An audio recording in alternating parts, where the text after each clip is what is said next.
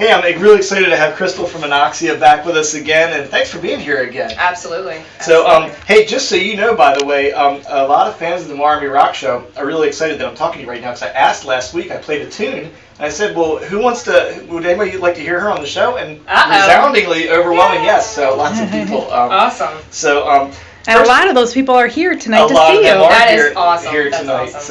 Awesome. Look, we were just talking off camera. It's been a while since we saw you. It's been since the video release. May last so, what have you year. guys been up to? Everything. I mean, we're trying to get the album done. We're, oh my gosh, doing the collaborations, which I've never done before. So that's definitely new.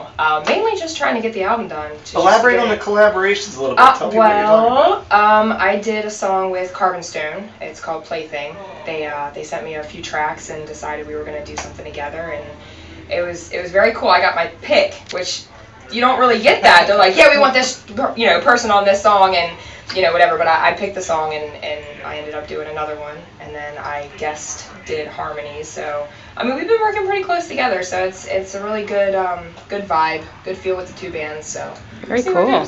So I have a really big spot in my heart for your band because we use your music. We use Blame Yourself as our theme music every week on the show. Oh, it's such a good song. It's such a good song, too. It's got a lot of meaning to it. So talk about that. So the people listen to the show every week, that little bit we hear at the beginning is you guys. Yeah, well, that Blame Yourself song, let me tell you, everybody in their life has someone that they want to say, you know what, you messed up. So blame yourself. Or there's people that, look in the mirror every morning and they say, I only have myself to blame. So that's kind of where the lyrics derive from. So that's really what it is. It's kind of one of our more literal songs, I guess you can say. Yeah, it's your fault, blame yourself. So, but.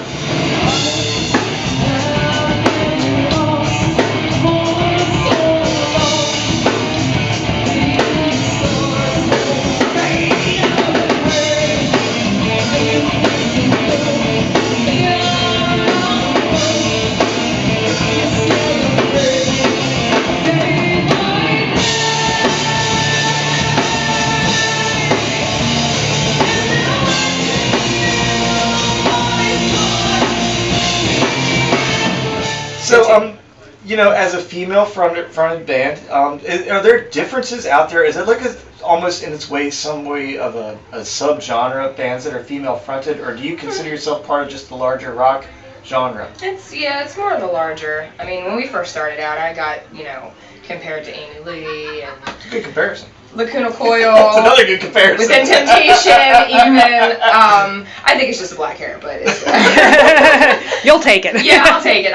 I think I'm a little heavier, if you ask me, than most of those women. Like Sharon from Within Temptation, she's got a beautiful voice, but I'm a little bit Lizzie Hale-ish, kind of mixed with more darker theme music, I guess you could say. I think it's one of your strengths is that honestly I think you cross over a lot of those great female singers. So. Maybe, we'll see. And Pat Benatar, she's one of my idols, so. We know she's special to you. Yeah, do you guys still work on the set? We do. We do. Every now and then we'll get, halfway through the set and you'll hear people going, Heartbreaker! And we're like, oh, fine. But we might actually end up recording that someday, you never know. So, we'd have to get permission, of course. Now, interesting, you just said... Dance here! Say hey! What's going on? You walked into an interview, which is all cool, man. How you doing? What's going on? I didn't want to interrupt you. You want any signs out there to say, like, on air? Yeah, I know, right?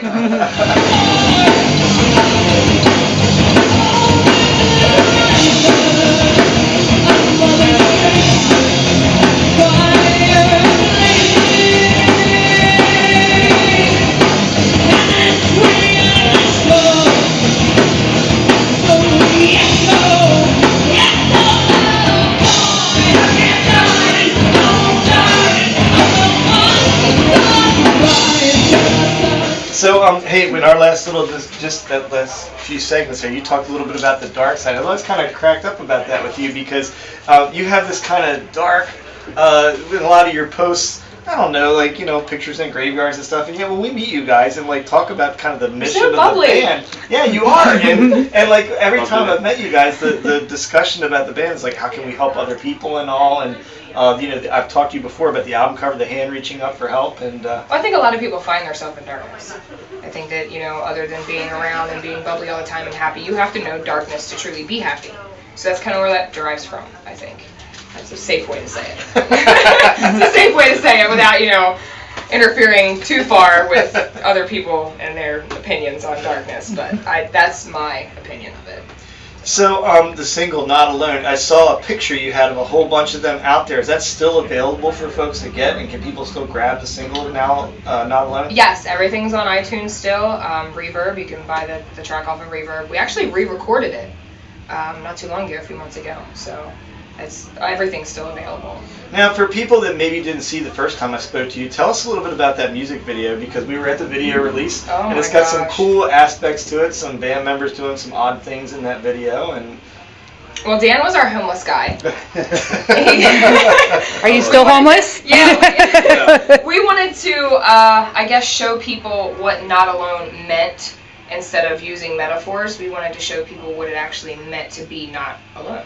So you got your homeless guy who's being helped up. You got your gambler who's being shown that it's okay. You got your guy in the bathroom taking pills, and you got your guy drinking his alcohol with the Holy Bible, and things like that. So it doesn't matter what situation you're in, and how old you are. You're never alone, no matter what, in any situation.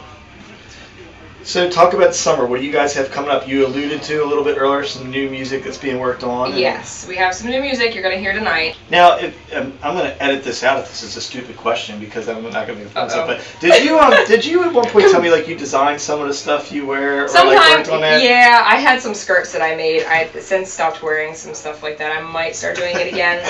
I changed myself. This is 2 different skirts. 2 different shirts. I always. He does it too. He wears 2 different skirts? I had no idea. He wore a kilt last show. He wore a kilt. Last 2 shows, Yeah. I wore my kilt. So missed out on that. Yeah, it was a lot of fun. But, I like to decorate. I like to stand out. So, give people a show, give people something to look at. So, what music do you listen to, other than your own, obviously? What do you listen to when you're free time, Sirius XM Octane. I listen to it constantly all day long at work. Sometimes at night I'll listen to classical, but most of the time it's not. Well, I hope this is good omen, because I just had this discussion with her that, I'm not going to her own home so we had anything to do with it, but we just had a discussion on the way here about how many bands did we interview, and then a couple weeks, months, years later they ended up on Octane. So I'm really hoping that Anoxia is that next one. And we actually sent our CD into them, and I haven't heard anything yet, so we're gonna have to do it again. We'll help harass them, and if you're watching this interview, help harass them, because these guys deserve it. So, hey, Crystal from Anoxia, thank you so much for being here again. Look forward to seeing you tonight.